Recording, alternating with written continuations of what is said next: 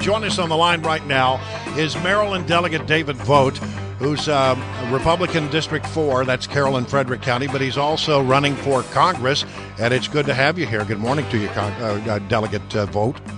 Great to be on the show. Thanks for having me. All right, so yesterday the president goes to Baltimore, visits a mosque, and said it's a visit to improve tolerance and to tell Americans and to make the point to Americans that, a lot of Muslims are good people. You have a real concern about the trip, first of all, right? I do. And that's largely rooted in there's a ton of mosques that he could have done that didn't have questionable and clear ties to prior imams supporting suicide bombing and terrorism. So we do know that this particular mosque was at one point under surveillance by the FBI. There's been some pretty strong reporting on that, correct? Correct. And this is your concern?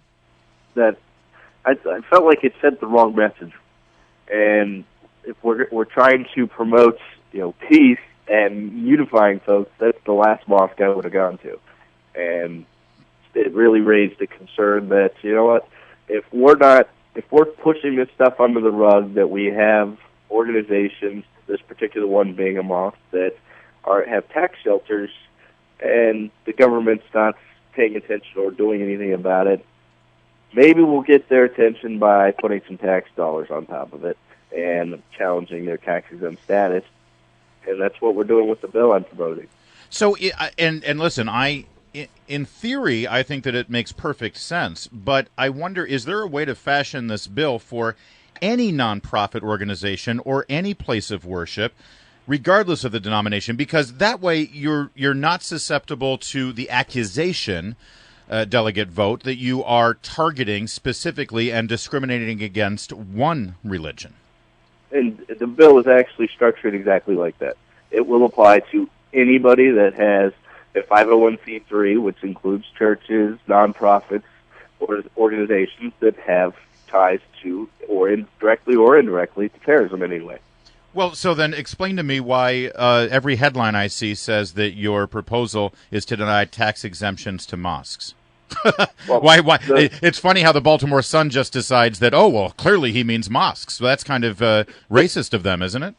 Well, I feel like this is what we're seeing nationally, is a concern with terrorism. The liberal media makes it all about Republicans have some kind of Islamophobia, and it's not that at all. Unfortunately, that's the only place we've seen it actually an issue in Maryland, but the intent is to root out all forms of terrorism. All right, so your bill basically would allow the state comptroller's office to determine if an organization has ties to terrorism. Are they really comptrollers, they're number crunchers. Are they really in a position to conduct such an investigation and make such a determination?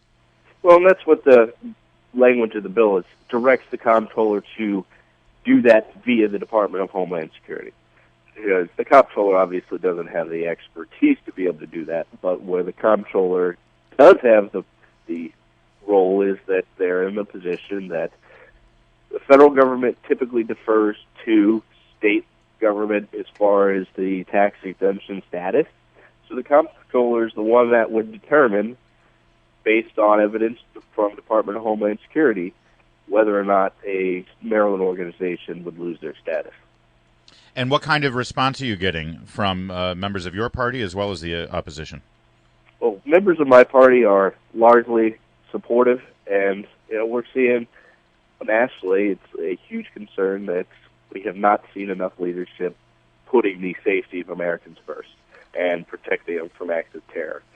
So they're encouraged. I've got 24 co-sponsors on the bill, and I'm actually hearing reasonable results and comments from my Democrat colleagues as well, but there are, believe it or not, some that are more middle of the ground, but they balk at supporting because they're afraid the more left-leaning Democrats would do exactly what we're hearing the media do, is say, I'm just an Islamophobe, and I just want to raid all mosques across the world. Well, this is pretty interesting stuff. I mean, if indeed the bill is fashioned as you say it is, and I assume that it is, this does make sense. You would not want to give tax-exempt status to any organization, whether it was a mosque or a conservative Christian group or anybody, if you could prove that there were ties to terrorism. That just seems like a good idea.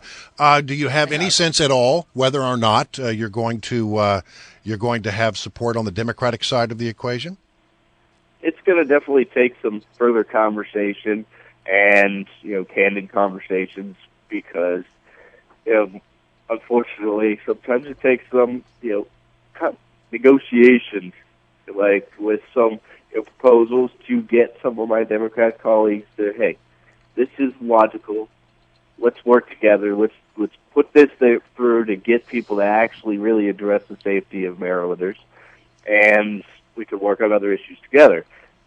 And I'm willing to do that. Put in that hard work. That's the Marine in me. I've been doing that for a long time, and I'm going to do that until the bill hopefully doesn't die.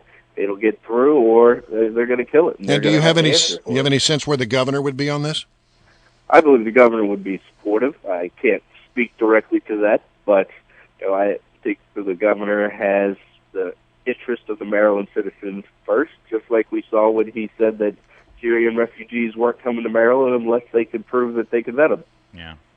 Our guest is Maryland Delegate David Vogt, talking about a proposal to deny tax exemptions to any nonprofit or faith-based organization in Maryland who has proven ties to terror groups.